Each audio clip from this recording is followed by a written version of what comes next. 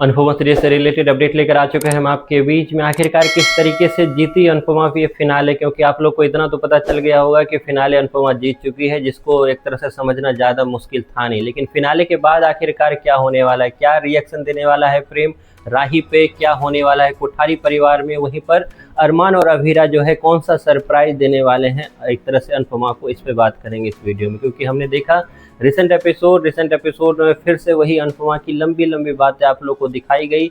अनुपमा ने फिर से कोई कोर कसर नहीं छोड़ा। जो पूरे डांस कंपटीशन में अनुपमा ने एक तरह से चुप्पी साध रखी थी, अनुपमा को फाइनल में वो सारा मौका मिला।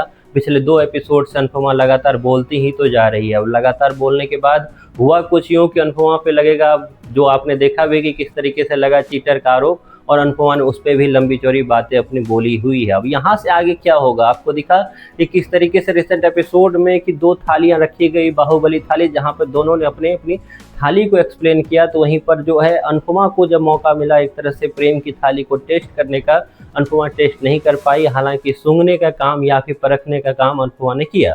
अब इसके बाद जैसे ही जज को अब पता चला है अनुपमा के मुंह से ही कि उनका जो टेस्ट बर्ड है कहीं ना कहीं वो चला गया है, उनको स्वाद नहीं आ रहा है पिछली रात से। तो अब जहां जज इस चीज़ को लेकर परेशान है कि बिना स्वाद के आपने इतनी बड़ी थाली को किस तरीके से तैयार किया, या इतना सारा खाना आपने कैसे बनाया, तो वहीं पर उससे भी ज़्यादा हैरानी जज को इस तरीके से है कि मैं भी 5 साल या 10 साल जितने भी एक्सपीरियंस होल्डर हैं एक तरह से जज, उनका ये मानना है कि आखिरकार उन्होंने भी अपनी ज़िंदगी जी है। लेकिन इस तरीके से जिस तरीके से दावा अनुपमा कर रही है कि वो खाने को सूंघ कर या फिर परख कर बता सकती है कि खाना कैसा है, इस पे अब बात अटकती हुई नज़र आ रही है यहाँ पर। लेकिन अगले एपिसोड में आपको नज़र आएगा किस तरीके से उस्ताद जी के बोलने के बाद अनुपमा जो बोलती हुई नज़र आएगी प्रेम की थाली के खाने को लेकर, सब जो है एकदम सटीक बैठता हुआ नज़र आएगा। और उसके बाद क्या, जब टेस्ट करते हुए नज़र आएंगे जज, तो अनुपमा की थाली जो है कई गुना बेटर होगी प्रेम की थाली से। वहीं पर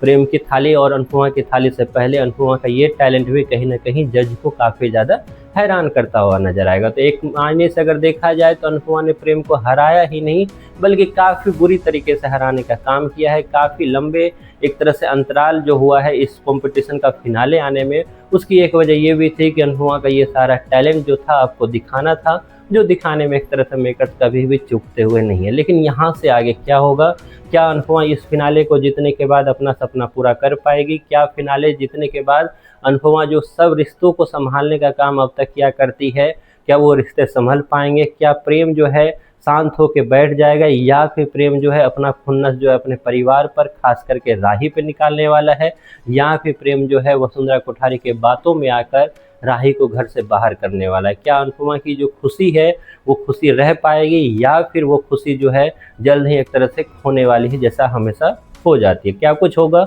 उस पर बात करेंगे एक सेपरेट वीडियो में। फिलहाल आपको अनुपमा सीरियल कैसा लग रहा है, इसके बारे में आपकी जो भी राय है कमेंट बॉक्स में जरूर